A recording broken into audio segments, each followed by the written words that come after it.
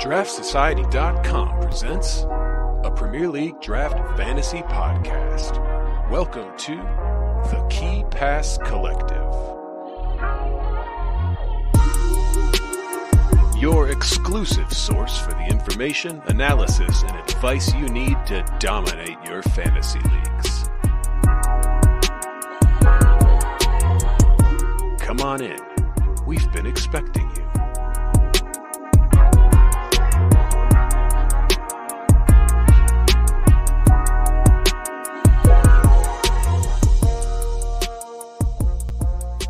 Draft heads, what is going on? Welcome back to the KPC. We got another live stream on our hands here. Man, this game week, yes, Peltier has said it already in chat. The game week that would never end, and that is 100% true. But regardless, we're gonna go ahead and move on and pretend that that was just a normal game week and prep for the next one. Do it all again, because that's why we do this thing. We love it. So if you're joining us for the first time, KPC is the Key Pass Collective. This is the audio companion to the Draft Society website. I'll be your host for this particular episode. My name is Joe Williams. Welcome to everybody in the chat. How's it going? Everybody who's watching us on the live stream, welcome. If you are listening to this as a podcast later on, as just an audio podcast or even a video podcast, consider joining us usually Wednesdays around 5:30 p.m. Eastern time, when we hop on the live stream and we can chat with you guys live. So Banta Brother, what's going on? Good to see you, man. Draft Espresso as usual. What's up, brother? Toddy Mandalorian. How are you? Good, man. Draft Tash, how's it going? And Draft Alchemy so far. How is everyone? Welcome in. Thanks for saying hey in chat, guys. Get at us if you guys have questions throughout, and we'll try to answer them live as we go along. Couple of reminders about the Draft Society before we keep moving here. So first of all, your Draft Society is your spot to go for everything you could possibly need in terms of the draft game. So the draft fantasy football game, if you need rankings, if you need waiver wire articles, who to pick up week in and week out, if you need Sleepers 11 article, draft statistics, all manner of those draft statistics, league setup articles, all those things, we've got those at thedraftsociety.com, completely free. Check those out. It's your spot. It's literally your place to go for everything draft related. And if you are so willing, we've got so many amazing subscribers already. If you're willing to become one, we think it's really worth it. We've got an inner circle where you have plenty of other benefits, including weekly rest of season player rankings from Robbie. We've got weekly points projections. We've got sortable consensus rankings every international break. We just put out a set of consensus rankings, so check those out. They're sortable up to 150, sortable by each different analyst, whoever you want to kind of pay attention to in that given moment. We've got set piece taker trackers, extra articles, including Ryan's Ghost Point Hunters article. There are tons and tons of things, not the least of which being confidential trade advice that none of your league mates will see. And then also access to our Inner Circle Discord. So it's really worth it. Check it out. And you're supporting an independent fantasy football website. We greatly appreciate it. And the crown jewel, if you join for the season, you'll get the fantasy toolkit, which is bespoke to your Fantrax ID. It will give you pickups based upon your specific league. It will tell you the strength of your roster. It will give you trade calculations. So how much are you winning or losing a trade by? It will give you fixture difficulty tracker based on every position on the pitch. There's so much there. It's an amazing value. Check it out. And finally, we're still running our draft fest special. So if you're interested, you can get the season pass now for $30 for the entire rest of the season using DraftMiss 23. Happy DraftMiss 23. Sorry. Happy DraftMiss 23. All right. So that concludes the business portion of the podcast. Welcome into everybody. Today on the KPC, what we're really going to get to is, first of all, just a couple of transfer updates. As everyone knows, there's not many. It's been quiet, to say the least. Then we're going to get into a new segment I'm calling Reality Check, complete with a brand new drop that I'm pretty damn proud of, to be honest. And then game week 22 waivers and stashes and your questions answered live as we go. join us on the live stream next time if you're not here today. Okay, let's go ahead and chat with some lovely gentlemen. First of all, we've got Robbie, we've got Sanji, and away for the moment is Ryan, but he's here. Don't worry. First of all, Robbie, welcome back after a little bit of a hiatus. How are you, my friend? I'm good, mate. Yeah. Bit of upheaval at home at the moment. We're doing a loft extension, and they've broken through, and we've had lots of storms and stuff. So it's been some pretty wild nights the last few nights. But it sort of feels like it's getting there. That's why I'm in the conservatory at the moment. So oh no, I'm picturing like wind howling. I'm picturing like a Bob Cratchit scenario where you're sitting here like shuddering and the wind's coming in through the wall. Yeah, well, the missus and the kids are staying at her mum's, and I'm like sleeping downstairs and stuff at the moment. So, it's been pretty dusty and pretty wild. So, but it's the roofers are in now, so it's sort of getting more covered up. So, good. Oh, that's awesome. It's gonna be nice though, eh? When everything's done, is it gonna be much bigger? Oh yeah. It's like a ensuite sort of big bedroom sort of thing, but beautiful. We're not entirely sure whether we're going to stick the kids up there or not, but we'll see. Love it. But it'd just be nice to have a bit more space, to be honest. Yeah. And Sanji, you weren't originally planning to be here tonight. Tell us a little bit about your scenario, your situation that you're currently in. So I feel like I'm gonna pick up the entire audio of the airport right now, but people are like watching me weird and stuff like this. Like, why does this guy have a mic out and all kind of shit like that? I can't believe you're in the airport. I can take the blur off. That's what I'm trying to figure out. Like, how do I turn my right? You can see the airport up there, right? Yeah. And which airport is this? Pearson International Airport. So I'm flying out of Canada back to London tonight, but the weather, as you can imagine, is not the best during winter in Canada. So my flight, I think, got delayed by like an hour at least. So I saw the boys jumping on a stream, and I was like, I've got my mic in my bag. This is amazing. Good lad. So the question we have to ask, being that you went to Canada, did you see Draft Genie in person? Unfortunately, not. Nobody has seen this. No, yeah. Is he real?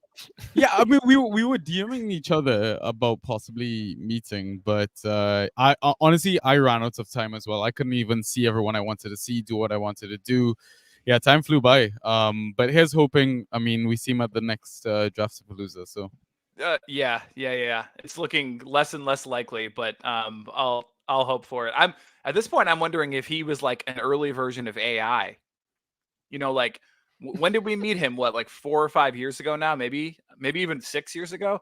But I'm wondering if maybe he was like an early version of AI, and we just never really knew, because he's been in college the whole time that I've known him. To be fair, like, I'm fully expecting this person to be blue in color with a man bun. Yeah. That's what the genie actually looks like, right? So yeah, just frozen in time. Okay, well, that would be apt, actually. We'll have to see. All right, let's move on, guys. So we'll get Ryan here in just a second, unless Ryan, are you there and just not on screen, or are you indisposed at the moment? All right, cool. We'll move. He's in the chat. He is. Well, we'll figure it out. All right. He makes a good point though in chat. AI could not be that tech averse. Yeah, Genie is the most technologically illiterate Zoomer that has ever existed in history.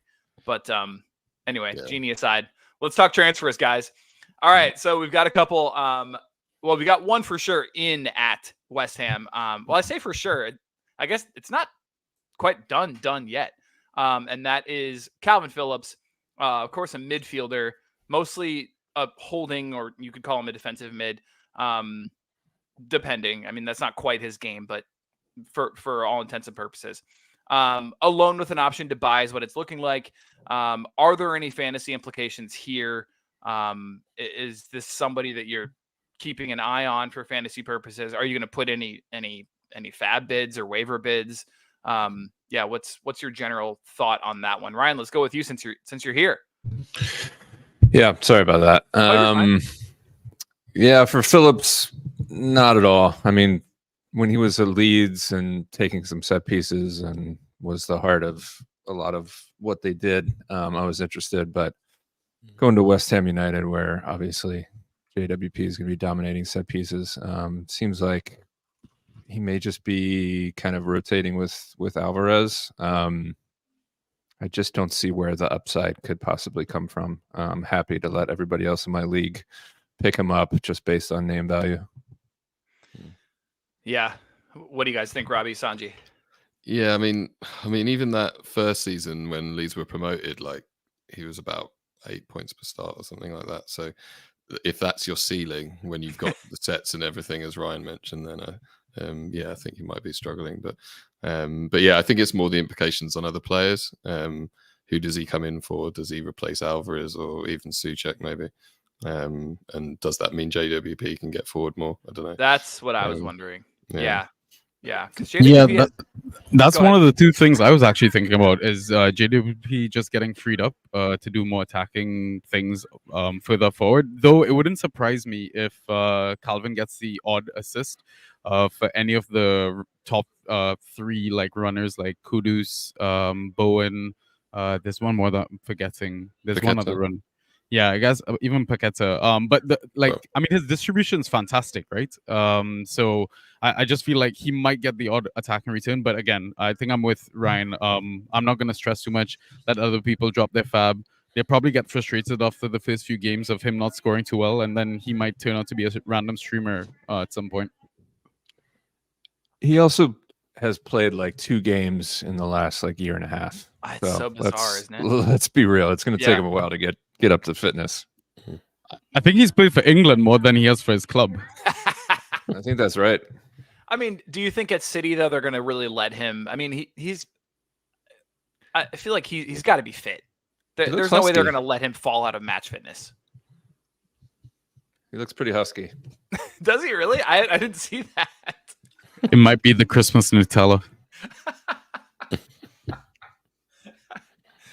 I mean, either way, I'm not interested from a fantasy standpoint. Yeah, there could be knock-on effects, but yeah, let other people spend on him and sit back and just save your cash.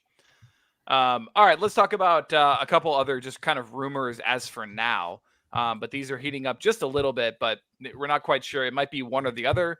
It's unlikely that it might be both, and it might be neither of them. But we've got Ibrahim Osman, who is a forward, really more of like a winger. Definitely not like an out-and-out proper striker. But he's 19 years old. And what the team that he's coming from, does anybody want to say that for me? Nordsjælland. Nordsjælland. That was a good effort. Would it be like a yeah? Nordsjælland? Yeah. I'm going to FaceTime my Norwegian friend. I mean, it's a shame he's 19, though. I mean, yeah. Is Moyes really going to put him in the team? Exactly. So is Mubama a dead asset now, then? Is that what you're saying? Well, he's more of a forward, though, isn't he? So, like, central. So. I mean, yeah. I think it's one for Dynasty Leagues, right? Yeah. I mean, I think a couple of us might be playing Dynasty in TDS. So if you're in Dynasty Leagues and you want to chat maybe about this asset, we can probably have a chat off air. But I think for regular draft, like default leagues, the more popular ones, I don't think it's an asset you're considering anytime soon. Yeah. Just give a shout out to the Discord, actually, because I think DraftLad created a channel for Dynasty Chat. So yeah, go check that out if you're an IC member. Nice. We don't talk Dynasty here much often. We should. Yeah. We should at least do like a special pod on it, just to give people kind of like a lay of the land in terms of Dynasty, because I don't think many people do it in the community. But good shout. Yeah, it'd be fun. All right, and then one that's maybe a little bit more interesting is Jota. We're talking not Diogo, obviously. We're talking Jota of old school fame from Celtic, and now apparently it's Saudi. I didn't even realize he was at Saudi.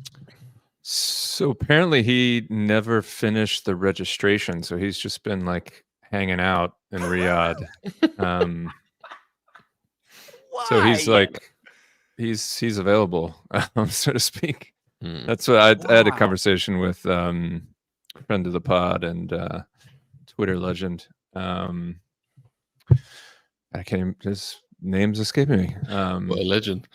Yeah, exactly. Is it Legend. Benji? Is it Benji? No, it's not Benji. The West Ham fan. Who's that? I forgot it because it used to be King Arthur, but yeah. Yes, exactly. So I can't remember what it Is it like something Pablo now or something? It's I think it's still King Arthur FC. Sorry about that. Yeah, that's Okay. right. Yeah. Yeah, he was telling me that this was I think the alternative to Osman, who I think would have an easier chance to get in, probably given the ageism of Moyes. Well, plus, I think he's more of a striker. I mean, he could lead the line, I think, more than Osman could. Although, I mean, you've got Bowen there now, so yeah, I think they're fine with Bowen up there. Yeah, I'd be more excited about him though. Yeah, if he were to come in, would you waste your number one waiver priority on him? I say waste. I mean, would you use unless him? Yeah, I mean, unless Gio's coming, that would be a close one, I think. I just got the pronunciation for the. Hold on a second. Let me. Oh yes, all right. Nord-Sjælland. Oh! You went too far off. It's aggressive. Yeah. No, I didn't get the intimations. There's definitely some emphasis. Nord-Sjælland. Wow. I think I might have to have a few pints before I attempt that. Sanju, were you going to say something about using Fab or a waiver priority? The Jota one could be like I don't know. I don't see him starting. I don't see why Moyes breaks apart his best 11 at the moment. I don't know if Jota's in there. Maybe one to watch. I probably wouldn't drop Fab yet. Maybe give it a couple of game weeks, see how he integrates into the team, and then he could be, part of a waiver wire article moving forward. Yeah, he's one that I think will get picked up though. He will. Yeah, I'll pick him up. Paqueta's out for 2 months. I mean, he's gonna get started if he comes in. Is it 2 months? That's what they said. Yeah, there was probably. So many... I mean, it's a month at this point. After there's so many reports going around, and then like he came out that it was like, don't believe all this stuff. So I'm like taking everything with a pinch of salt on him, to be honest. Yeah, because I trust Paqueta at his word. You are indeed. Yeah. No allegations of doing anything dodgy. Seems like a sound guy. It's true. I'm sure his mates were betting on it, right? Yes. At the risk just of this, scaring up the odds. At the risk of this becoming a gossip rag, we'll let listeners go ahead and look up that old news on Paqueta. But yeah, that probably wraps it up on West Ham. I mean, really, we were hoping for somebody to come in who would be the clear striker. They would make a priority in the window. They would, make their intentions very clear. I don't think we're getting that. No. It doesn't seem like. No, I just think the fact that Bowen's moved up there and then Kudus has taken his position and been great, they've just sort of not really seen it as a priority. Yeah. In the same way. Yeah. Fair. All right. Well, I hope that poor guy can get out of Saudi Arabia, though. That's what a story. What I don't understand is now there's a bunch of players rumored to wanting to leave Saudi League. I mean, no surprise in a sense, but it's like a mass exodus at this point. I don't know if we're gonna get more surprise names pop up at the last few days of the window. Yeah. Interesting. I mean, do your research before you make the leap. Yeah. My God. Pretty much. The research is the number of zeros after the not probably $sign. What's this? Anyway, moving on. All right. Okay. Nottingham Forest. This is one that is interesting to say the least. American Giovani Reyna has been heavily linked with them. Hit it. Which would again, I need to upload it. I'm so sorry. I don't worry. I have another drop for you though. That's it'll make up for it completely. I promise. But I'll get proud to be an American on here. And until then, I'll do it karaoke. Here we go. I'm not. I'm kidding. Fucking let down. Jeez. What a tease. Anyway, we got a Giovani Reyna who sometimes operates on the right wing, sometimes operates even as a wing back. He runs amok on the wing for the most part, but has for the US sometimes been through the middle as well and operated more as a 10. So he's pretty versatile as far as that goes. The talks with Forest have triggered competition from Marseille, who apparently already have a verbal agreement in place in terms of like wages and things like that. I don't know if anything is on paper or not, but this one could happen, might not happen. Hard to say, but I'm kind of excited about it if it does. He definitely has injury issues that date back for his entire career. He's only 21, and I feel like he's missed probably 2 years of his career throughout with injuries. But that all aside, and the fact that this might not even happen, let's talk about, if it does, fantasy implications. I think I'll let the Americans take over, right? That's exactly what I was going to do. Sounds like a geopolitical conversation. Oh, Geo. Well played. That was nice. Yeah, I like Gio. Every time I watch him play, he's a silky footballer. The injury issues are a pain in the ass, but I think he's pissed off at how it's gone down in Dortmund.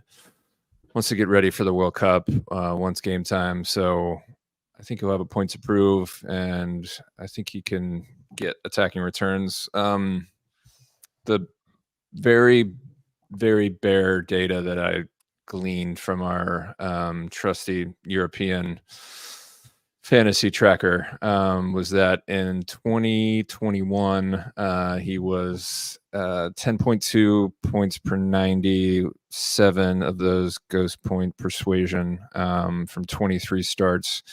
21-22 just 6 starts but 15.5 PP90 and 10.6 ghost points. So Damn. I think he can do it.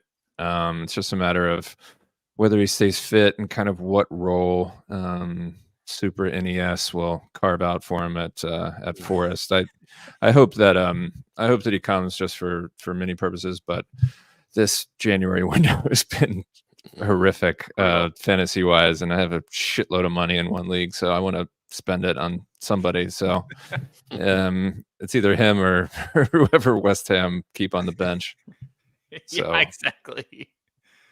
I'd like to see him. I'd like to see him come in. He's one of those players where when he is fit and firing, he's an absolute difference maker on the pitch. I mean, in the American side, he just makes things happen, and the ball pretty much will go through him when he's on the pitch.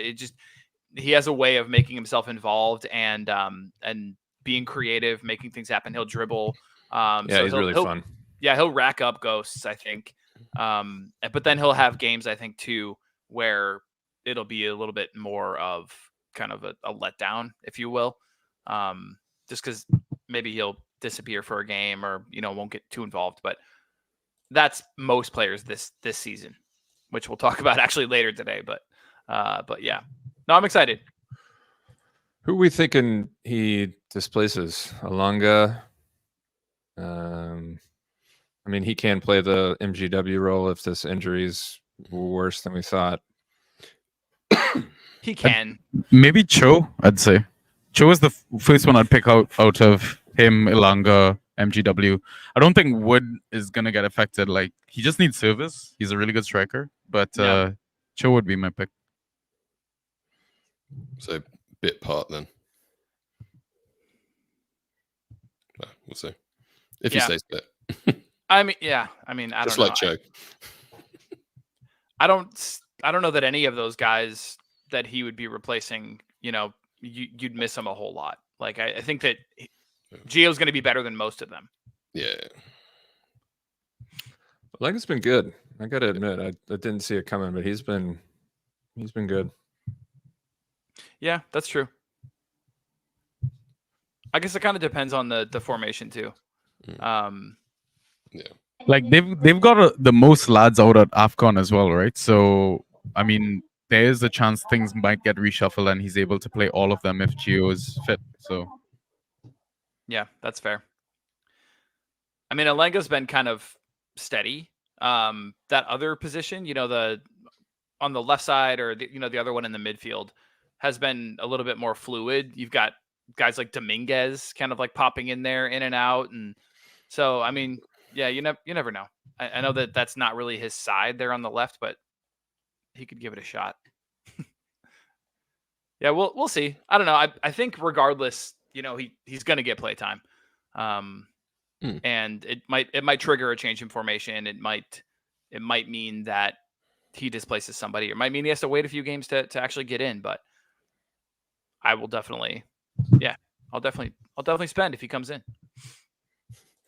Oh, you fab. Cool. All right. Reality check. Oh, guys, get ready. Oh, it was crazy, dude. Totally out of the blue. I mean, I was just sitting there and I was like, oh! Reality hits you hard, bro.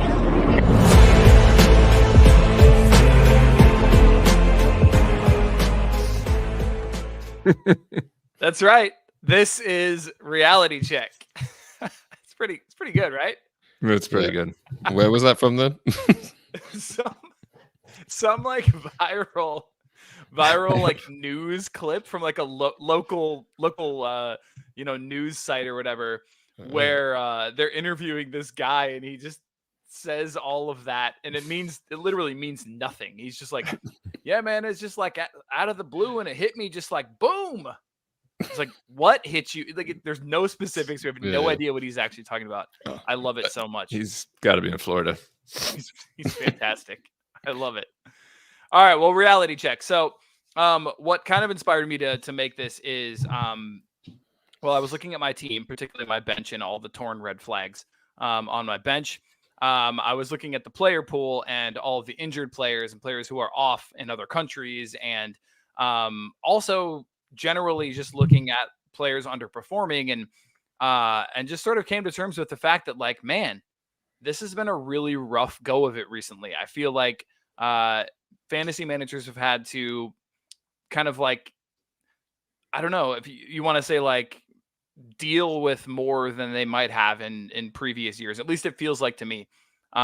So unexpected conundrums, things popping up like that. How are we dealing with that? And, what advice can we give based upon some of these things? So I have 3 different things that managers have been dealing with, and we can just kind of like put our heads together, talk about them. And then just as an experienced manager, as somebody who, has been around this game for a long time, how are you guys navigating the current reality that we're having to come to terms with in 2024? First one is injuries and absences, obviously. So insane list of players who are injured or out. What have you guys found yourselves doing to cope?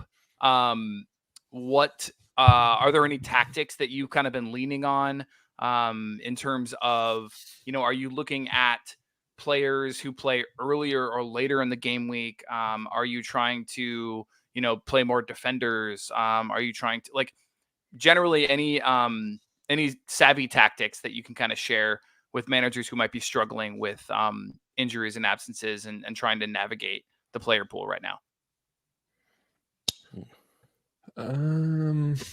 I've had to deal in, I think, all of my leagues with March being out the whole season and then Madison being out most of it. So I've had to rely on the wire even more so than usual, which means that getting my waiver wire targets is a lot more important than it usually would be. So adding like a buck or two on them during this period when I have a lot of people out, just so I get those premium streamers, because like I said, I'm relying on them each game week, has been a tactic I've kind of been employing. That's been the main one, I think. Yeah, it's a difficult one this season, isn't it? It's just like feels like one after the other, and same as Ryan. I had March, got Decore, who's now out for another month. Yeah. And Neto's finally come back, and I think Ryan will probably roll his eyes at this one, but Haaland's been out for a little while. How are you Like, coping, man? Honestly, I know, mate. I know. But yeah, then Paqueta now, Morgan Gibbs White, all this stuff. So yeah, it's.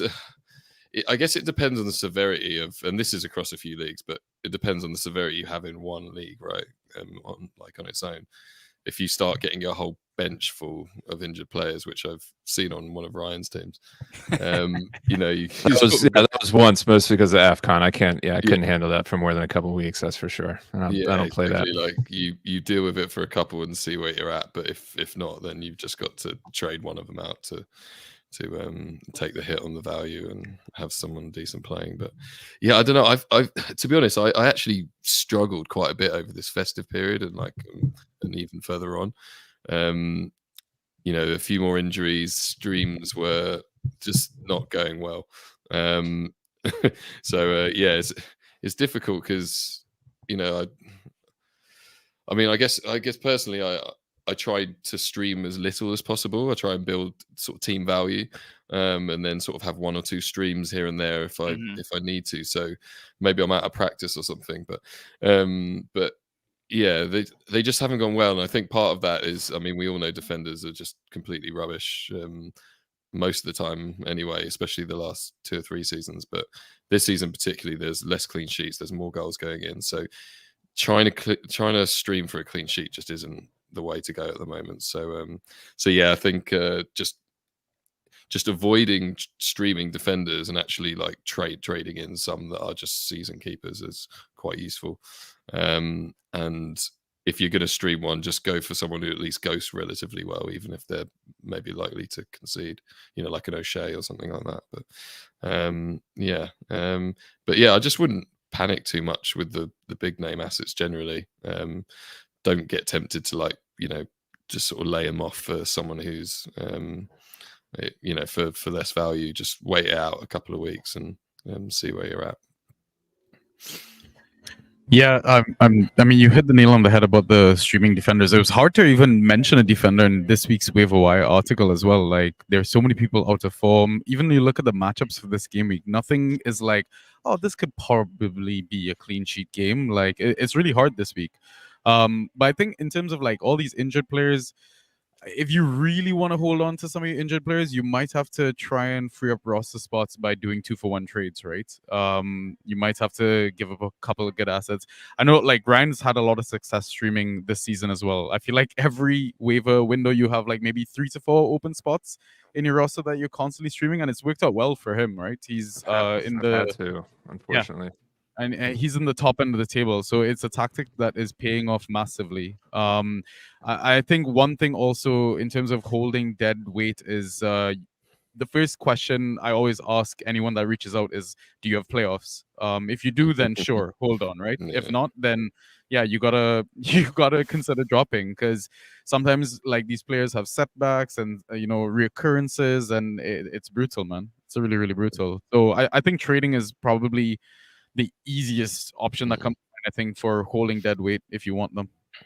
Yeah, and I think to add to that, I know a lot of people like to be the first on that player who's on the waiver wire and is like, like a month or so away, and just don't jump on it. Like, there's people like things like in CISO and guys like that. It's just like they've been out for months, and like you'll either pick him up and then drop him if you need to stream someone.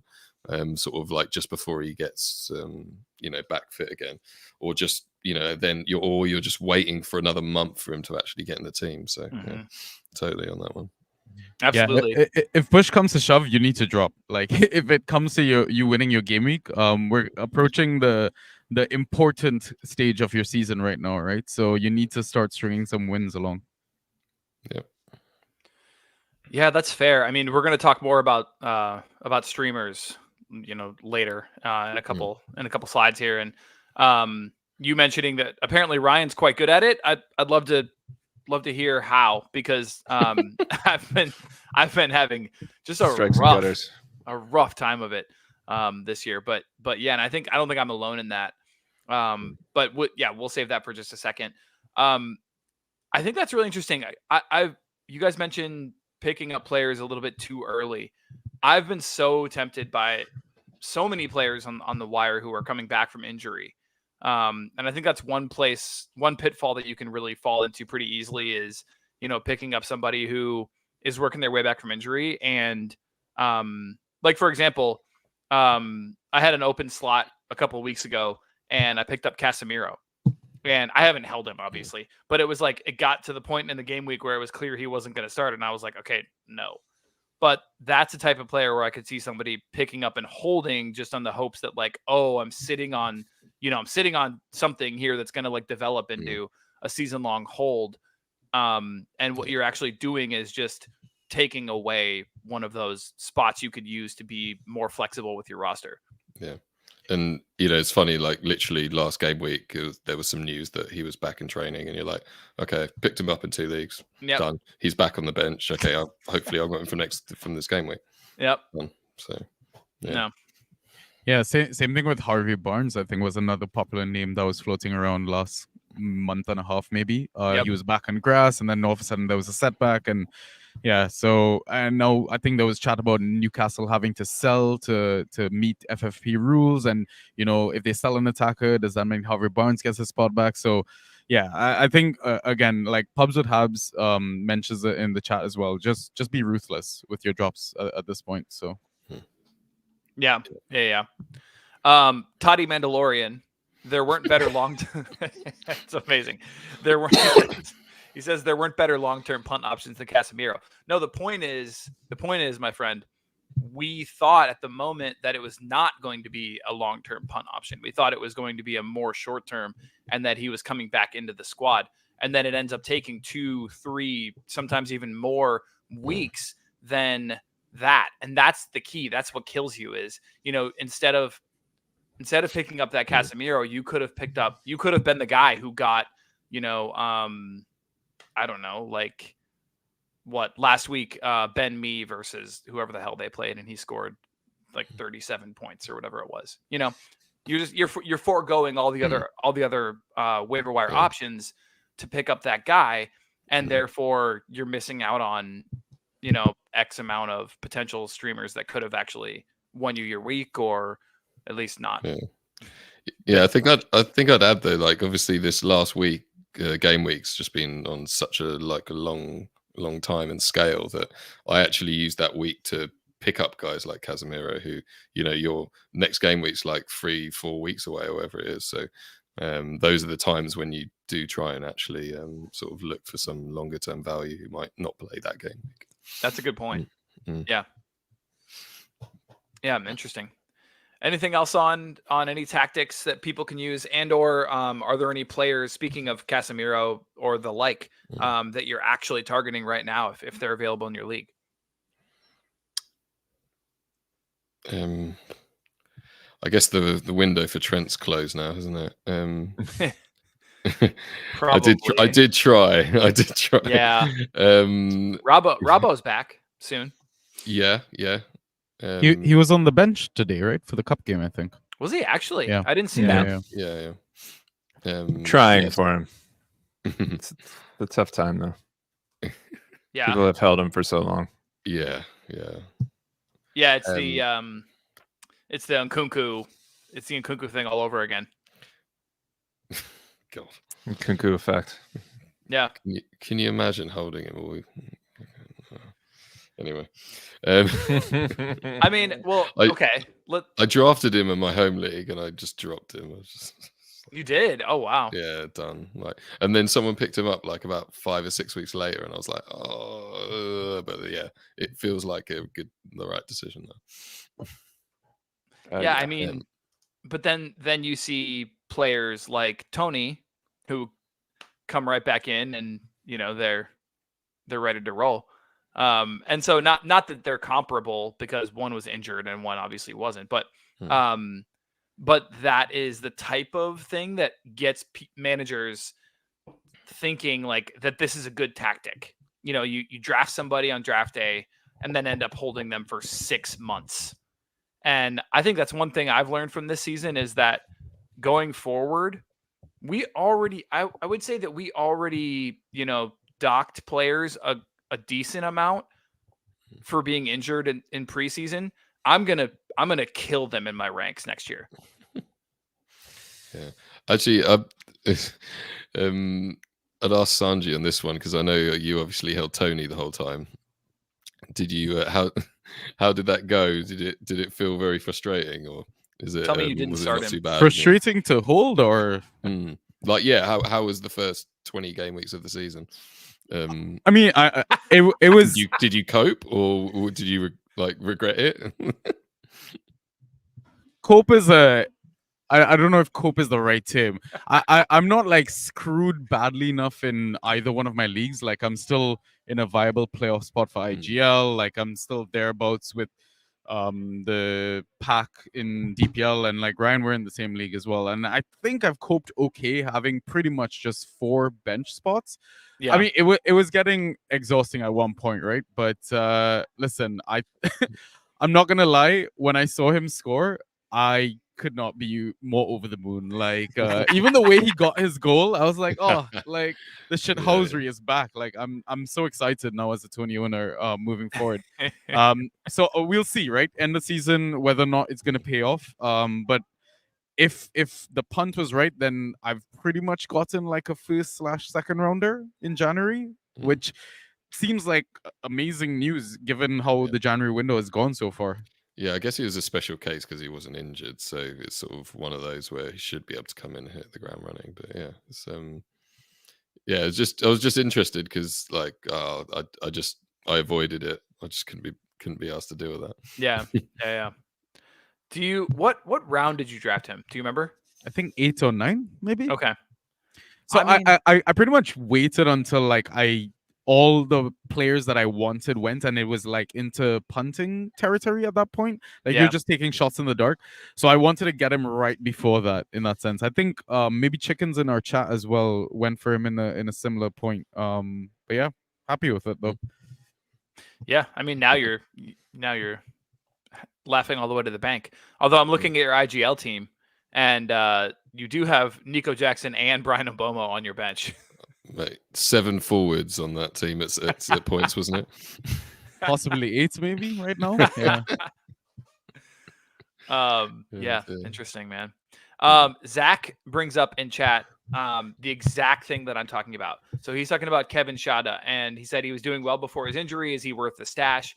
And that's the exact type of player that I was, I've been like kind of poring over the last couple of weeks, where it's like, oh, should I add them? Should I not? And I'm at this point, I'm going back to just probably not.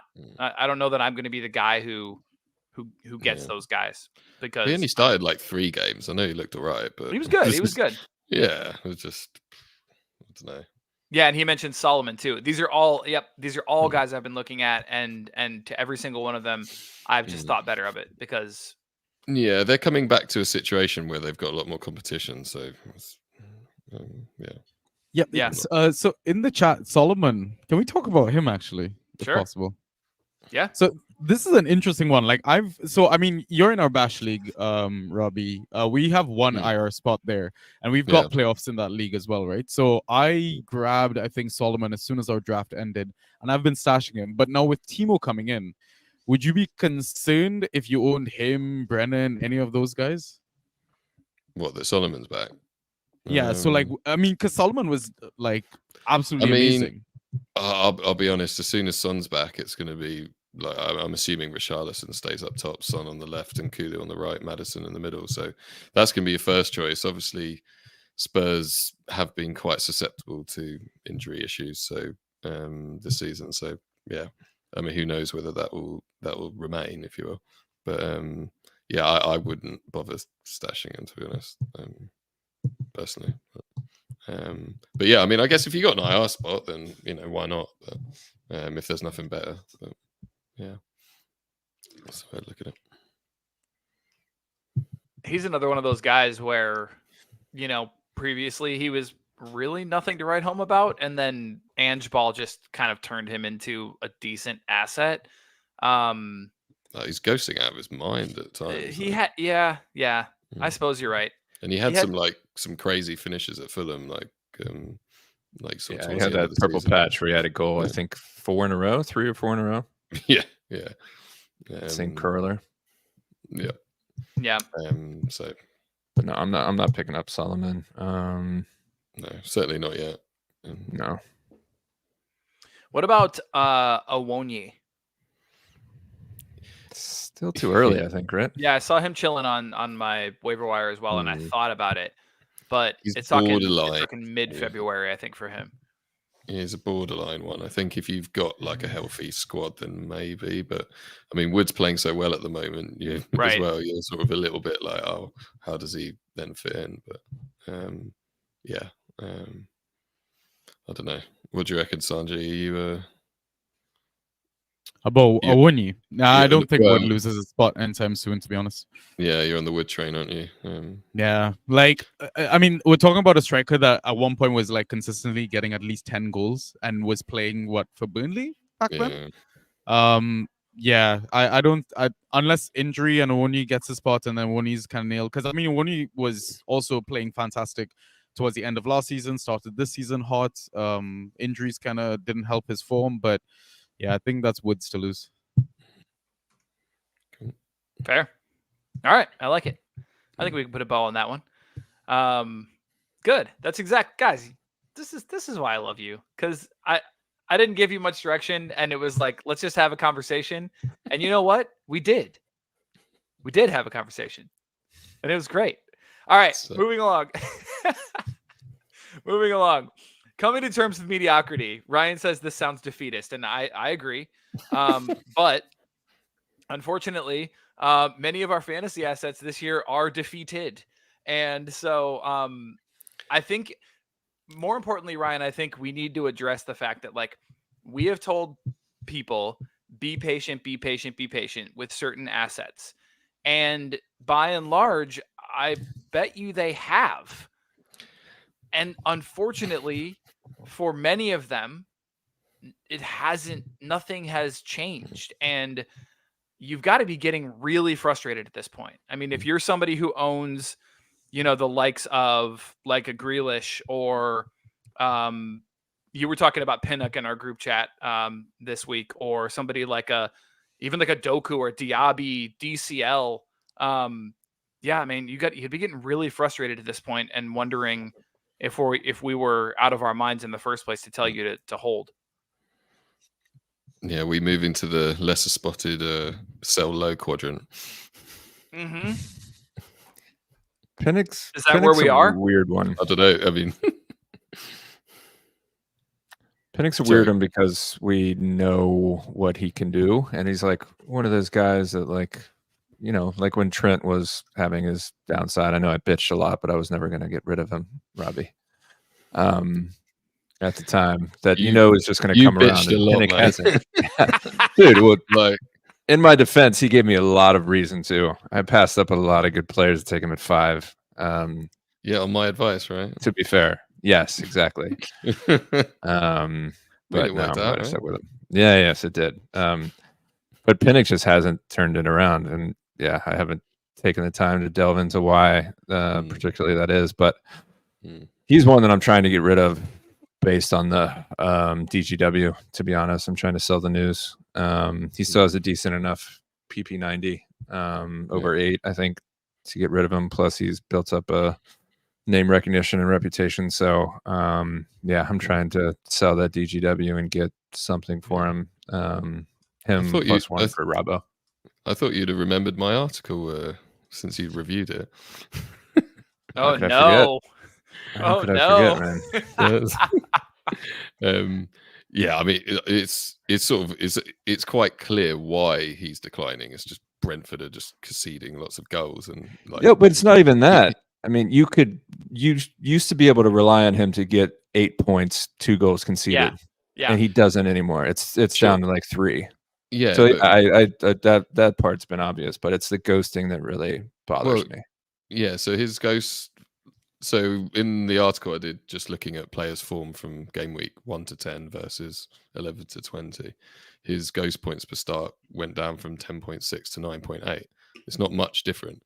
He just stopped getting clean sheets at all, and then he's conceding, instead of 1 goal a game, he's conceding over 2 goals a game. It's just, that's it. Unfortunately, like you just can't. Even if you like a 10-point ghoster, then your team still needs to be functioning as a defender. Otherwise, you just that's it. You're like, if you're conceding 2 goals a game, your ceiling is like 6 points. Yeah. He's not even reaching that. I mean, the last 4, 2.75, Oh, 1.75, yeah. I mean, that 1.5, that's 3.5. Like, for Christ's sake. It's an average, but that will fluctuate. But yeah, it's I mean, I guess with Tony back, and I think Norgard's coming back in, and I think you'd hope they'd have a bit more of a, like, the whole team is coming together a bit more. Right.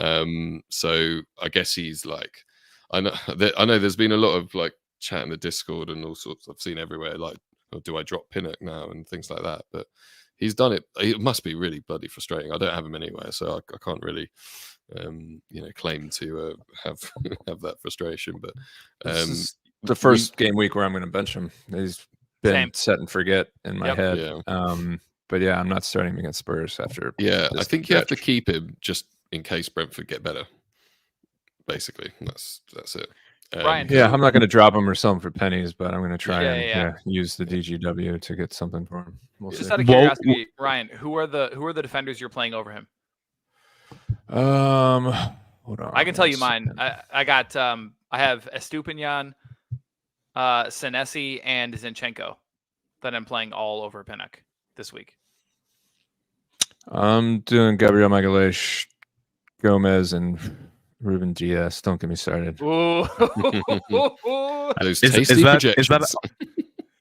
Is that our project? Is that our matchup, Ryan? That you're playing? Ruben No, Diaz, but I took Diaz in a couple for the schedule plus the DGW. Yep.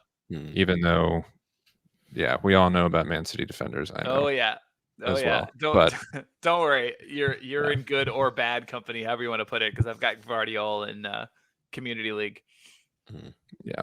One thing on Pinnock though, I don't know if we've done a deep dive onto this, and I don't know if this is one for a future deep dive, but from what I remember, I think it was last season or the season before. Ben Mee's presence has also had a negative impact on Pinnock's points output.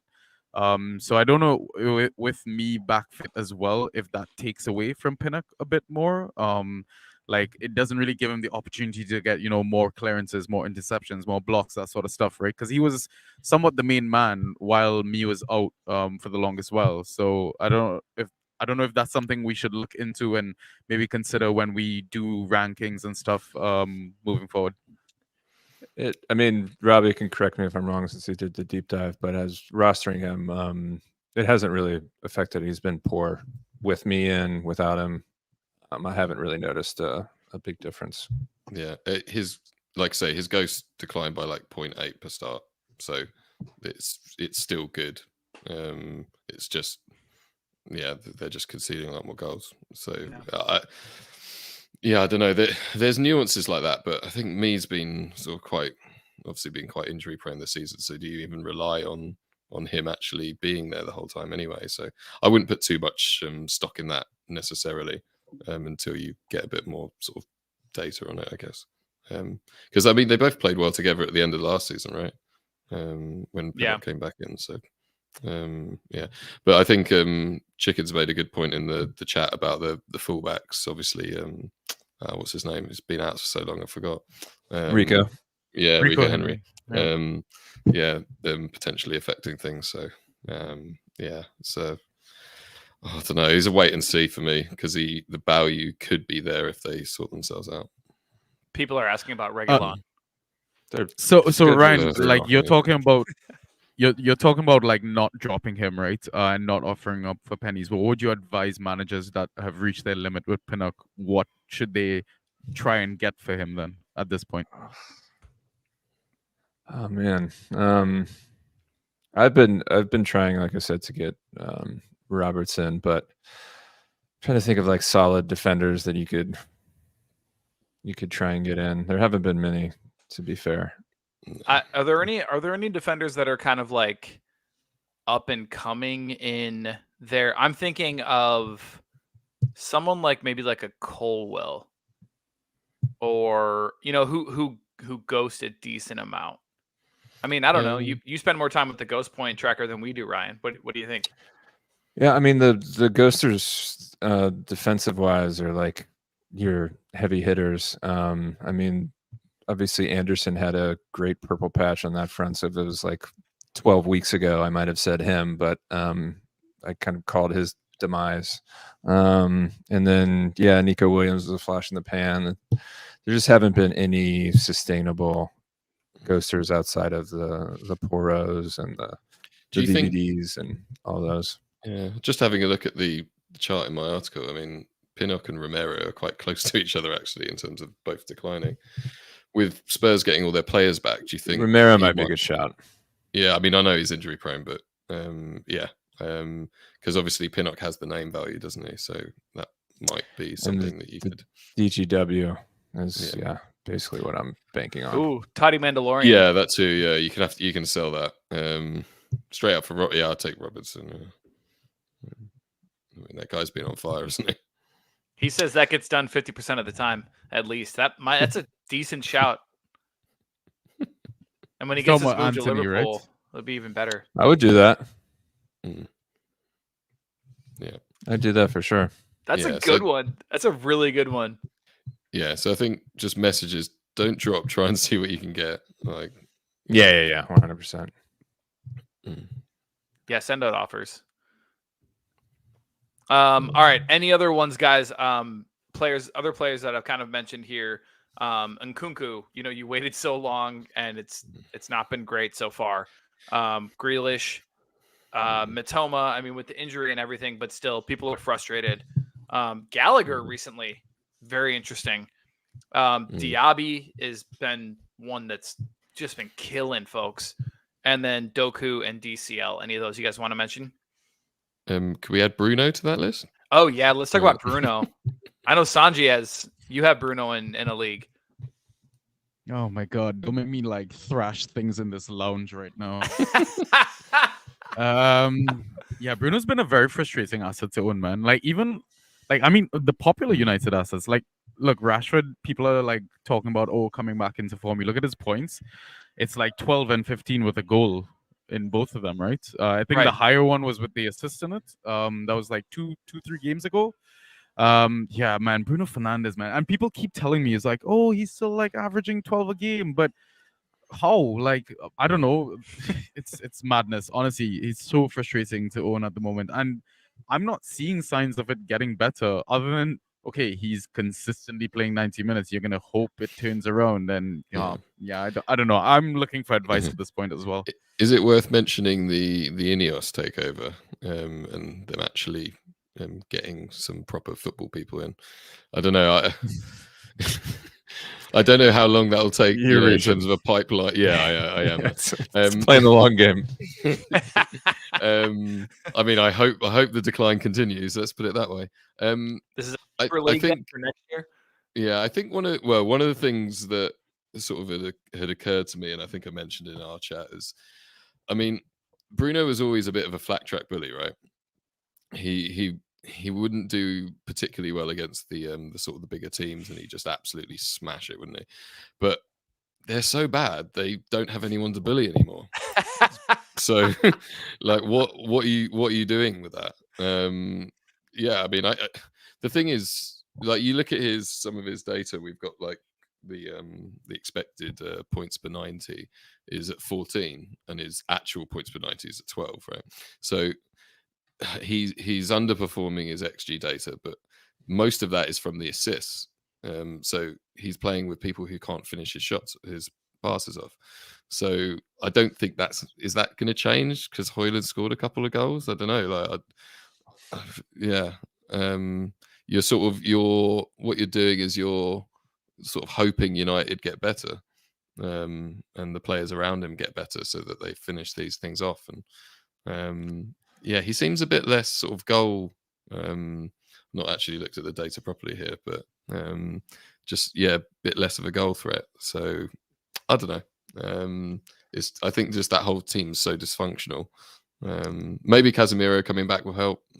I think certainly Luke Shaw being back at left back helps. But yeah, beyond that, I think he is a buy low. I mean, he's not going to get. He's as low as he'll go.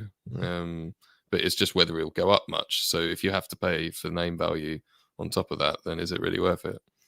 Is the point. I'm curious how far did he fall in our most recent rankings? Actually, I didn't have a chance to look at everyone's final choice on him, but I'm assuming he fell 6th.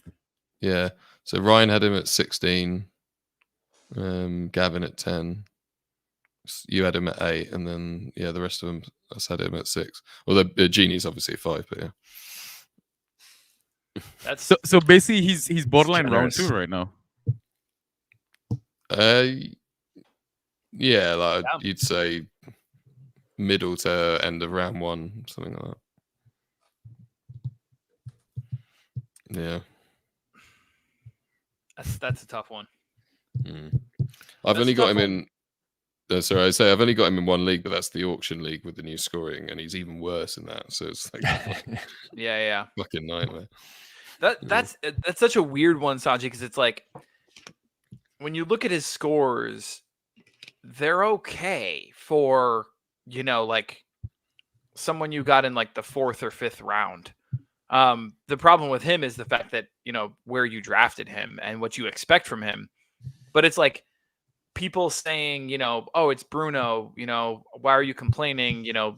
Obviously you're going to hold him, all these things. I mean, it's really easy to say that from somebody who doesn't roster him. And let's say you go into a matchup where you're down 15 and you've got Bruno left, this season, there's a 75% chance you're losing that matchup. And that's wild. Like, you've never been able to say that before. He was our top ranked player in the draft kit. I think so. Last season he murdered it. And the whole narrative that I started to subscribe to is that they're going to buy a striker, and that whole on top of the great numbers he had last year, that they'll get even better because they'll have somebody to put it in the net. And they bought a striker. Not been that. Yeah, they did. They held up their end of the bargain. Yes, they did buy technically a striker. Yeah, it's cheap. They did technically. I'm playing against both of them this week, so that's yeah. Oh, so he's gonna score well. Thank you. Yes, exactly. Is that what it means? Yeah. Before we move on, let's touch on a couple more. One of them we can do as a unit, and that is Grealish and Doku. Where are you at with these guys? Doku would be a nice buy low for me. I don't think much of the analysis has changed, other than the fact that he was injured for a few weeks, and now that he's back fit. So I would love to have Doku in my squad. I might try to get him, actually. I don't know what I would offer though. He's super fun. Yeah, I mean, we got him around about just over 20 in the ranks, is it? I mean, I traded in Grealish at some point. I don't know why. Toddy Lorian has been in your ear. I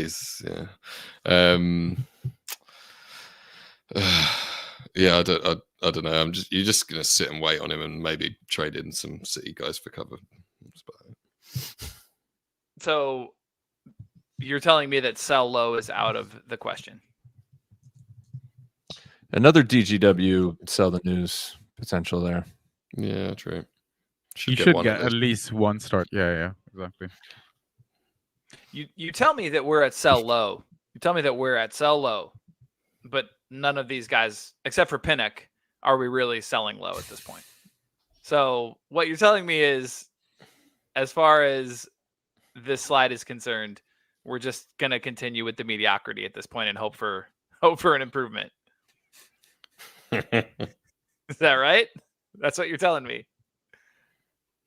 Coming in terms of mediocrity. Depends how low they got.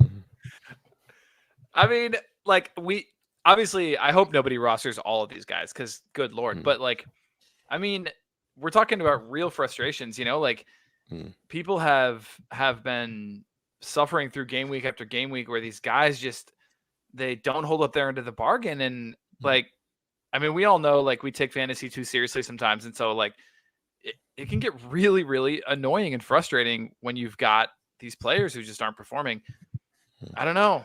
How much does it take to sell low on somebody like Diaby? Like, how much does it take to sell low on? I mean, DCL was dropped in our league. Yeah, that was wild as hell. Would you put Matoma into this category? Because I think, Will, you're an owner, right? Oh yeah, I've mentioned him. I mentioned him. He's in there. He's absolutely in there. God, he's 39 now. Whew. I sent a bunch of offers. This would have been maybe like a month ago. I sent a bunch of offers of Jesus plus Matoma, like shooting for the stars, like trying for, like both of, like packaging both of those guys, and didn't have a single bite, not even a counter. So like people know that these players are struggling, and you really at this point don't have a choice but to sell low or hold. Just thought of another one. Szoboszlai.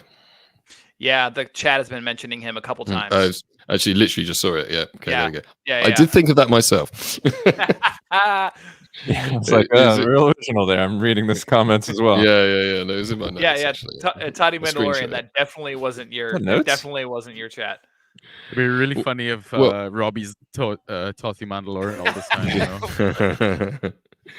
Yeah. Well, at the time, I didn't know whether we were meant to be coming up with these ourselves or whether Joe was going to suggest them. But I always rely on Joe. Yeah. But yeah, I mean, he went down from, what was it, like 13 points per start to 7 or just under. Yeah. So that is like, I mean, you're looking at him pushing a round one sort of status, like, the first quarter of the season, and then but I think he's a buy low, to be honest. Like, he's had a nice month off, and I think he could come back and do something, but he'll certainly be better than he is. He had a promising outing versus Newcastle, but it's structural, right? With Trent doing what he's doing, that was the reason why, he's fallen off. Is that going to change, barring a long-term injury? Well, we started the season with Trent doing what he was doing, didn't we? Yeah, well, we talked about how frustrating Trent was the first couple of weeks, so he was not doing what he's doing.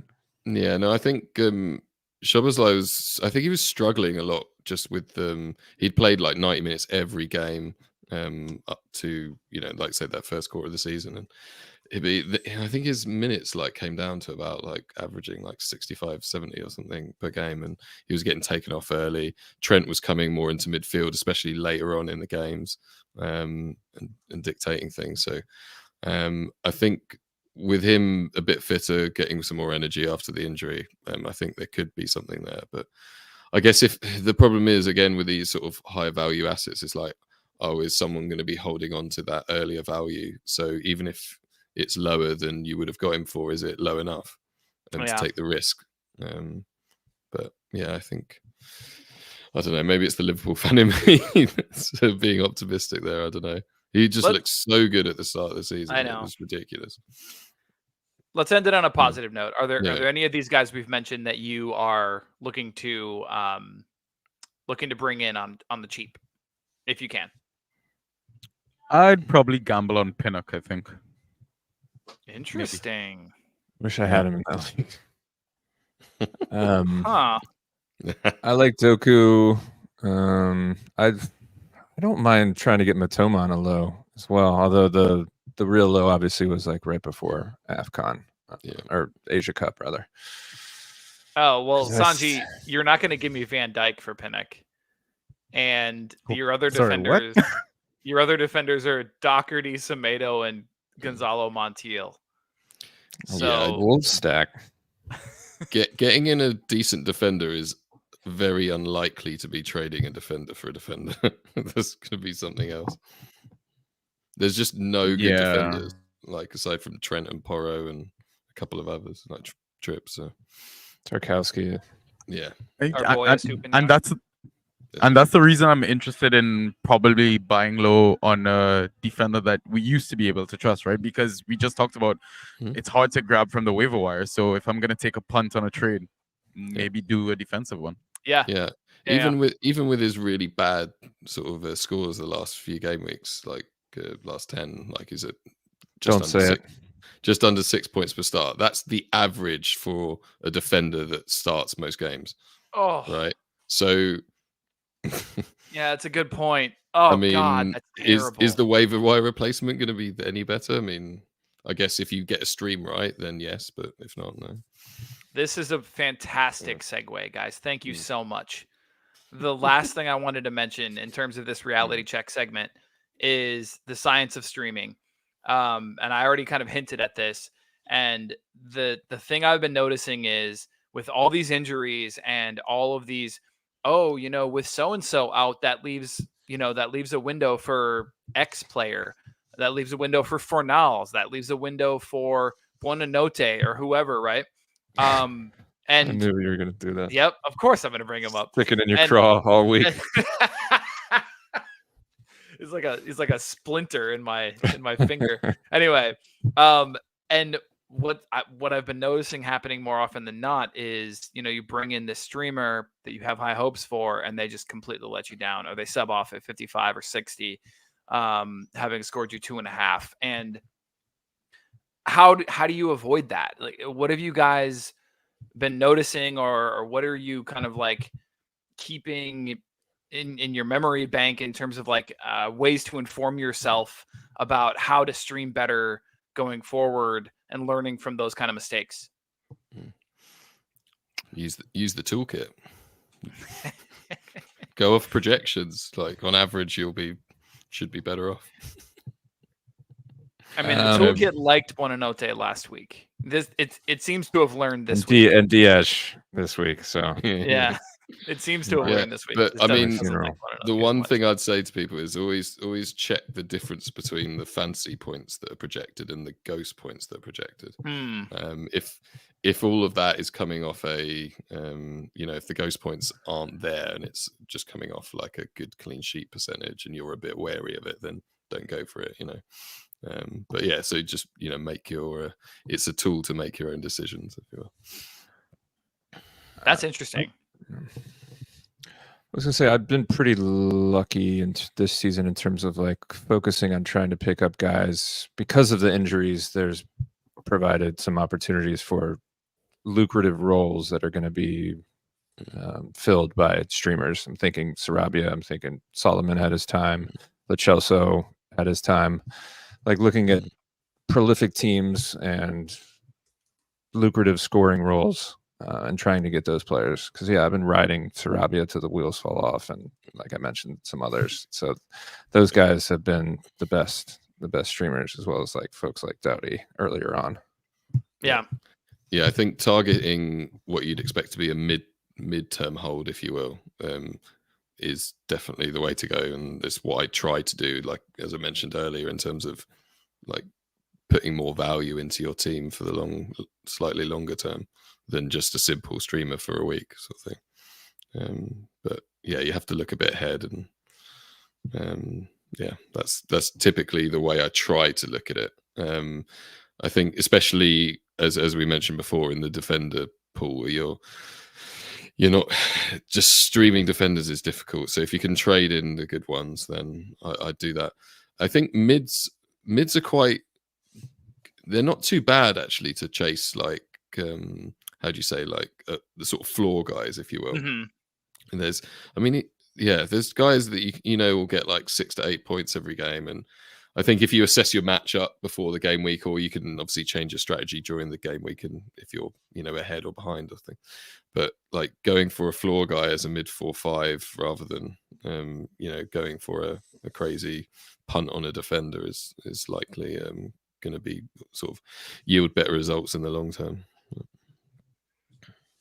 Yeah, no, that's not a bad idea. I'm looking for it in chat, but somebody mentioned whether or not, all the frustrations from this season and, this current slide that we've got where we're talking about, streamer busts, if that really elevates those, 6 floor, 9 ceiling type of guys.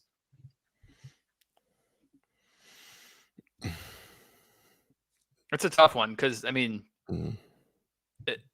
it's not going to clearly not going to win you a game week. No, like I said, if you look at your matchup and you think you've got the advantage for that week, but you're struggling for one of your spots, then I think it's not the worst play to get a player from, like maybe a fixture that's towards the end of the game week, sort of to leave yourself open to going for a strategy of, I'm up, so I don't need to go crazy in terms of risk. But if you're down, then you can switch strategy to, often chasing a clean sheet can be quite a high upside strategy, if you will. So, you get a boost of 6 points on top of whatever goes. So, yeah, so I don't know. It's really difficult this season. Have you guys moved away from streaming defenders like almost entirely, or are you just really careful with the ones that you stream? Are you streaming for clean sheets anymore, or have you moved past that? Ryan, I know you still are, clearly, because you're playing Diaz this week. I've been I usually do one spot for streamers that particular week. I went pretty hard on getting Tsimikas and Gomez, and I think almost all of my leagues. So they've been very reliable, set and forget, and then I either have Gabriel Magalhaes or Zinchenko in the others. So those have been kind of my two. And then I stream the other one. I've kind of mixed between Adara O'Shea to get ghosts versus trying to get a clean sheet. So it really just depends. But yeah, just the one spot. And I've been playing a lot of 3 at the back just because it's such a pain in the ass. Like I love doing 5 at the back, as you know. But this season it's just not. No, it's just not there. Yeah. Yeah, and I mean, I would see most managers are playing 3 forwards every week. Yeah, that's a great point. I was going to say when you said the mid pool is great, the forward pool is overflowing. So yeah, I do a 3-4-3 I think in every one of my leagues at this point. Yeah. I guess I meant the mid pool for those sort of like random little high floor streamer guys is good, but the quality drop off is massive at mid. But forwards, there's just a ton of them. They're just like going around. You could just, I swear, like if you can trade a forward for a mid for like as a quality one, I'd do it straight away, because you always just seem to be able to pick up a forward at the moment. That's true. That's a good point. Like it really hasn't been in seasons past, but it's been the opposite. It feels like that this season. There's so many, like things that players that emerge, like Winnie early in the season, Elanga now, and I don't know. It's just seems the way to go in my opinion. But it's like every group chat I'm in, it's like someone will be like, "Oh, got too many forwards, need mids," and no one responds. So join the club, buddy. Yeah. And that's why you see us. Yeah. That's why you see us streaming guys like, the ones I mentioned previously, Yeah, absolutely. That's interesting. Losing Madison in March was such a big to the nuts. Oh. Yeah. Dodi and Sarabia have provided. And not that I need to go to bat for Sanji here, but like this is why this is validation for his, mid 3, mid 4, mid 5 comments, because it's like you need more of those this year than you ever have before. So I'm with you on the Brownhill thing, Sanji. Let's go. Sanji's been trying to get him out. I don't get it. I saw him on the trading block and I was astonished. Well, I mean, you got to sell high on that type of player, Once he scores, did he score a goal, or he got I was sticking up for Sancho 3.5. the other day. I don't. To be fair to him, I don't think he said he's going to be a world beater. He's just sort of like a solid mid that you can sort of rely on to play every game. Oh, for sure. And for sure. and the last 10 game weeks, he's scoring over 8 points per start. So it's not a world beater, but it's fine. Like, it's, as you mentioned, Joe. Like, and we were just talking about one of those floor players. Gets a random goal every now and then. That's it. Yeah, no, we just like to give him shit about that one. Especially because we talked, like, on that episode, we talked about him for so long. Like, I'm sure the listeners were just like, "What the hell?" I thought that was my only point, was that he's not worth it. This whole thing is just not worth it for a mid-5. It's so good. Mind you, I'm the only one that has not mentioned his name all stream, by the way. So yeah. I noticed you were being quiet there. People are doing the Lord's work for me, so I don't have to do anything. I mean, the numbers speak for themselves. The numbers do. To touch on the whole streamer stuff, though, I think for me, I kind of look at a few other things, like, are they playing at home? Are they playing at away? Maybe if my opponent has someone from that defense, again, we're typically streaming defenders. Maybe matching is also another strategy you can take if you can't, you feel like you're consistently screwing up by grabbing, punts that you want to go for as well. And yeah, I mean, if not the toolkit, just have a sounding board, right? If you can't access the toolkit, which, I mean, is a crying shame, you should be able to access it. But yeah, I think talking to fellow Fantrax managers is another way to kind of, say, okay, maybe this isn't the worst pick possible. And again, at the end of the day, like, streaming is just as random as football outcomes, right? So I wouldn't beat yourself up too much about not getting it right 100% of the time, sort of thing. So I love that. We can kind of put a bow on it with let me just reiterate something you just said there, because you said that, if you're having difficulty streaming, then maybe matching is potentially a tactic. And what he's talking about is looking at your opponent and seeing if there's like a lower rostered option that you can bring in that would match that clean sheet if your opponent were to get that clean sheet.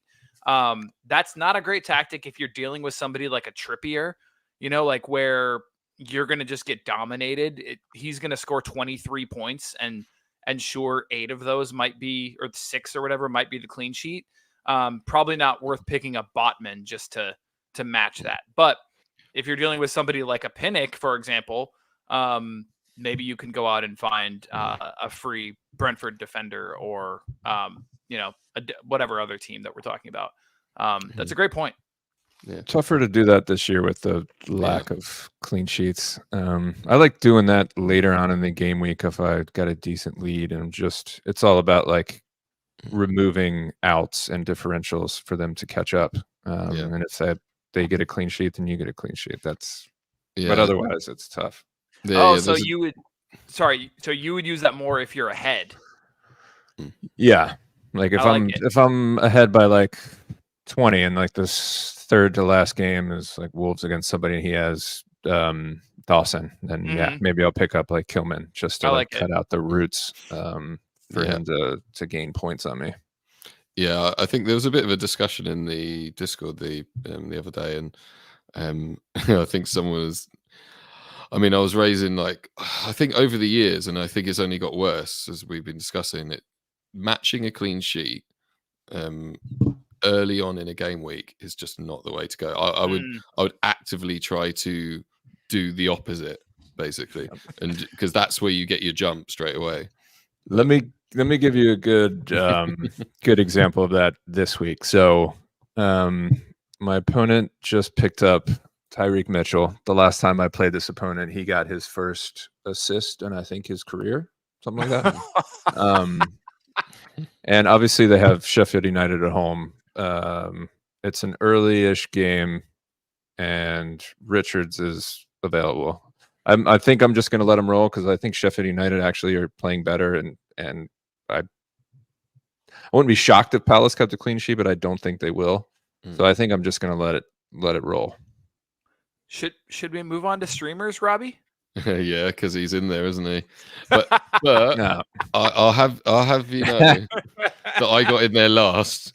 So All right, let's go ahead and do it. And you can touch on what Ryan was just talking about when you mentioned him. But Yeah. yes, safe to say I put you first. it was a good But segue. Huh?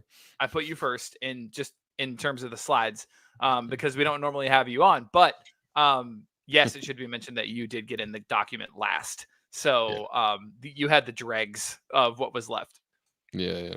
So Richards, I was going through and it's just like there's nothing here that appeals that's left anyway.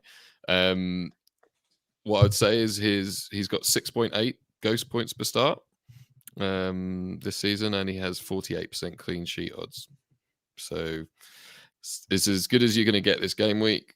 Generally, the average score against Sheffield United defenders is 10.8 points per 90. So everything's going. Obviously, Wilder coming in has changed that. So take that with a bit of a pinch of salt. But Sure,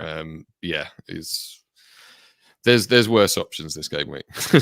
I don't hate it, to be honest. I really don't. At home against the worst team in the league. I mean, but Palace have been rubbish as well. So sure. I don't know. I think Roy needs like a performance to save his job, doesn't he? So hopefully that comes. But anyway, So who else have I got? I got Semenyo. Ghana have been knocked out of the AFCON, so I'd imagine a lot of people have dropped him. So if your waivers haven't run yet, then I'd go and pick him up straight away because he should just come straight back into the team. I don't think Sinister has really moved mountains, if you will, and no, he was scoring really well before that. He's like it's about 10 points per start. So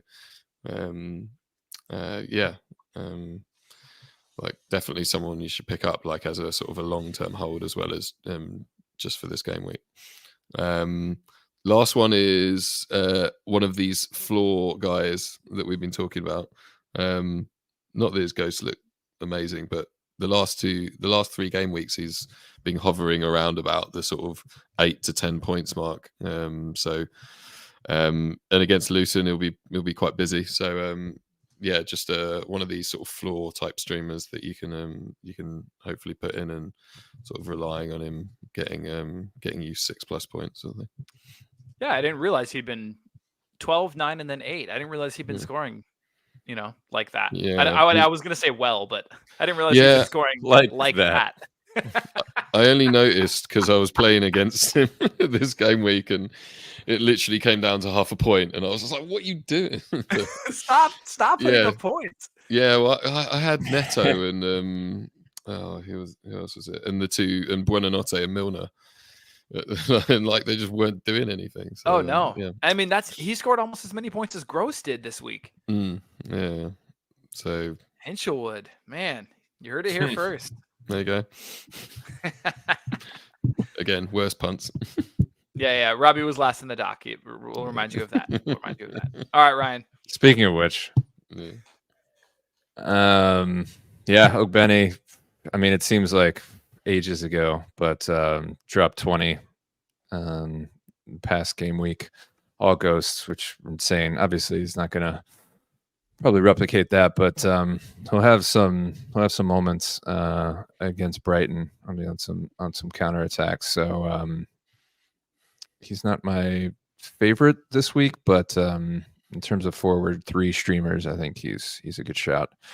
Talking about floor guys, Jefferson Lerma has probably been the ultimate floor guy this season. He was doing really well earlier, and then he had a poor stretch, but last week he passed the eye test, was unlucky not to get a goal. I think he also finished with like 8.5. Obviously Sheffield United at home, I think he'll get forward a bit more. So I punted on him in I think 2 of my leagues.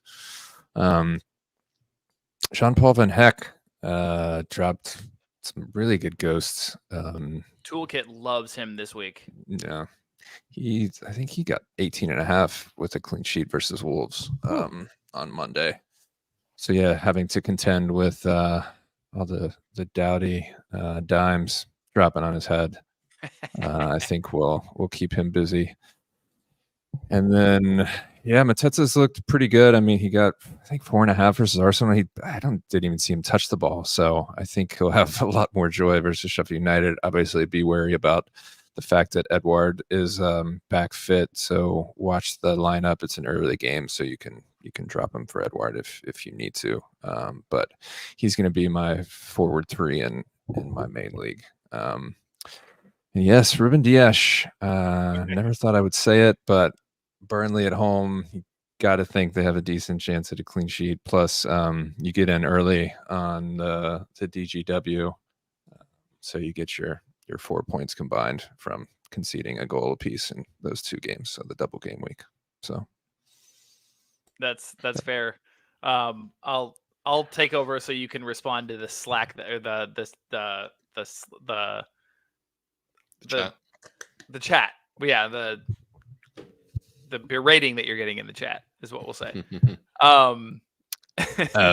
That's going back to a Discord reference because who did I say? If Brozier would get over. Yes. Was that it? Yeah. People were talking about Broya because he looked good against Middlesbrough at home in the FA Cup or the Carabao Cup, even worse. And I said if he scored more than 4 points against Liverpool, I would donate some kidneys. And double down. Fans. Yes. I see. All right. Fair enough. That makes sense then. Interesting he's not into streamers. Yeah. Interesting point about Ogbene, though. I think it's just a good example of what we were saying, basically. Yeah, I mean, normally his scores would be like set and forget, but he's become a streamer just because there's so many options like that. Yeah. Right. Yeah. He's just ghosting out of his mind, though, which is the exciting thing, isn't it? Yeah. Like, even if he only plays half of a game of football, Yeah, exactly. Might get you 10 points. Yeah, true. All right. Well, you're going to see some similarities here in mine as well. We'll go through them quickly. I also included a couple stashes in mine, which we don't normally do, but I thought just why not? So Schlupp versus Sheffield United. If he starts, he's a favorite. He's a fan favorite, and he's a favorite of streamers far and wide, only because he can get you a baseline of like 6, right? Essentially, were you looking? You're going to say something, Ryan? No, I was just thinking like he's been like a Pinnock this season, a guy that you usually would bet the house on. It just hasn't been as reliable this season, but totally you agree. Got to think again, Sheffield at home. Right, exactly. Yeah. And what I'll tell you is that I had Lerma written on this slide, and then went back and saw that you had already written him in. So I changed it to Jeff. So this would be my second option behind the one that you already mentioned. Yeah. Ideally. But anyway, Ben Brereton, man, that was quite the week. And I'll be honest, he looked good. It was weird. It was really weird. And several people in TDS chat were like, yeah, my opponent started him against me. What are the fucking odds? Anyway, why not? Let's give it a shot. It's Crystal Palace. They've been brutal. They have injuries. They have guys gone at AFCON. If there were ever a time when Ben Brereton could repeat his heroics from last week, it would be against Crystal Palace. So give it a shot. Danny Welbeck, of course, the man Welbs against Luton speaks for itself, hopefully. He's available in some leagues, probably fewer than you probably, that I would normally recommend for a streamer, but just go out and check because I got him for free in a league and might as well start him if he's out there. And then the last two that I have for you are just stashes. So going into this week, City obviously take on Burnley. City on the weekend play Tottenham in the League Cup. And so I think potentially they might see this Burnley match as an opportunity to rotate a little bit. Just a thought, but I think they might. And that being the case, if you have just a random ass empty spot on your bench, pick up somebody like an Oscar Bob or a Gomez because they could absolutely go off during the game week. lineups come out, they're not in there, you drop them. There are plenty of games on Wednesday and Thursday after this City game that you could easily drop him for another streamer. But if you look in the toolkit, and this is kind of like a sneak peek for those who don't have it, if you look in the toolkit, the players this week who are projected the highest, even though they're not projected to start, are players like this, like an Oscar Bob, like a Gomez, who are playing such favorable matchups that if they were to get the start, that's the guy you want to go for. So anyway, you could beat your opponents to him, add them. That's if you have like a really, really just empty bench spot that you don't know what to do with. Finally, in a similar vein, and I'm not saying that he will start immediately or will this week. This is another one to kind of like think about holding if you have that luxury, and that is Dragusin for Tottenham. I've been looking a little bit more at his numbers and at his strengths, and have kind of come to realize that he really is the type of player that we want in this game. He is an aerial machine. He can kick in with goals. He's a target for headers. He could potentially be a pretty solid ghost pointer, and that's what you want. So on the off chance that he nails down that spot sooner than later, I think he might be a fun one to stash and just see if it pans out. But again, that's if you have the luxury. Okay. Anything else, guys? Nope. All right. I was going to mention the. Go ahead, Robbie. Oh yeah. So aside from check out my deep dive article if you haven't already. Tell us about it. I think I sort of covered it briefly earlier, but basically I just looking at trying to look at performance over the season in sort of two chunks, so almost like a Q1 and a Q2, and just comparing them, and then some of the outliers for people who have players who have improved or declined, and just look at some of the numbers and underlying numbers and see why it's happening, and basically what you should do about the players going forward or what to expect from them. So yeah, check that out. That'll be an inner circle one though, so if you've subscribed, then you can read that. Get on it. I like it. And as I've been doing recently, I've been giving kind of the top 10 players who were added this week. This is another thing you can find in the toolkit from the what we call big three leagues. And those are just very, very involved leagues that a lot of us play in, that are going to be a good indicator probably of what savvy managers are doing. And so I just like to kind of run through those. You're going to see a lot of our streamers in here, but then also some interesting names maybe that we didn't mention. So this week we've got Ogbene going from 20% rostered to 70% rostered. Sergio Reguilon, we didn't really mention, but some people are buying in. I don't know. Semenyo up there, Ben Brereton, Marco Senesi, Jefferson Lerma, Tosin, which is a decent shout, I guess, against Everton. And then Ollie McBurney, who interestingly was dropped in a lot of places, and people are picking back up. So there you are. Top ads in the big three community leagues. And with that, we will bid all of you farewell. Listeners, you're amazing. If you've made it this far, we love you. Everybody in chat, you guys are just incredible. You keep this thing fun and interesting, and you keep us on our toes, and you call us out on our bad takes. We love it. Keep joining us for the live chat. And if you haven't yet, consider doing it. Wednesdays, 5:30 for the most part. But aside from that, remember that all the games are going to be next week, midweek, which is unfortunate, but you got some time to plan. So if you need any advice, or if you want, if you're curious about anything, or you want to get some second thoughts or ideas, go ahead and feel free to DM us or message anybody on Twitter. Start the conversation on Twitter, and we're happy to weigh in. All right, that'll do it. Cheers to everybody. KPC out. Cheers. Robbie and Ryan, take care, guys. Thanks for joining.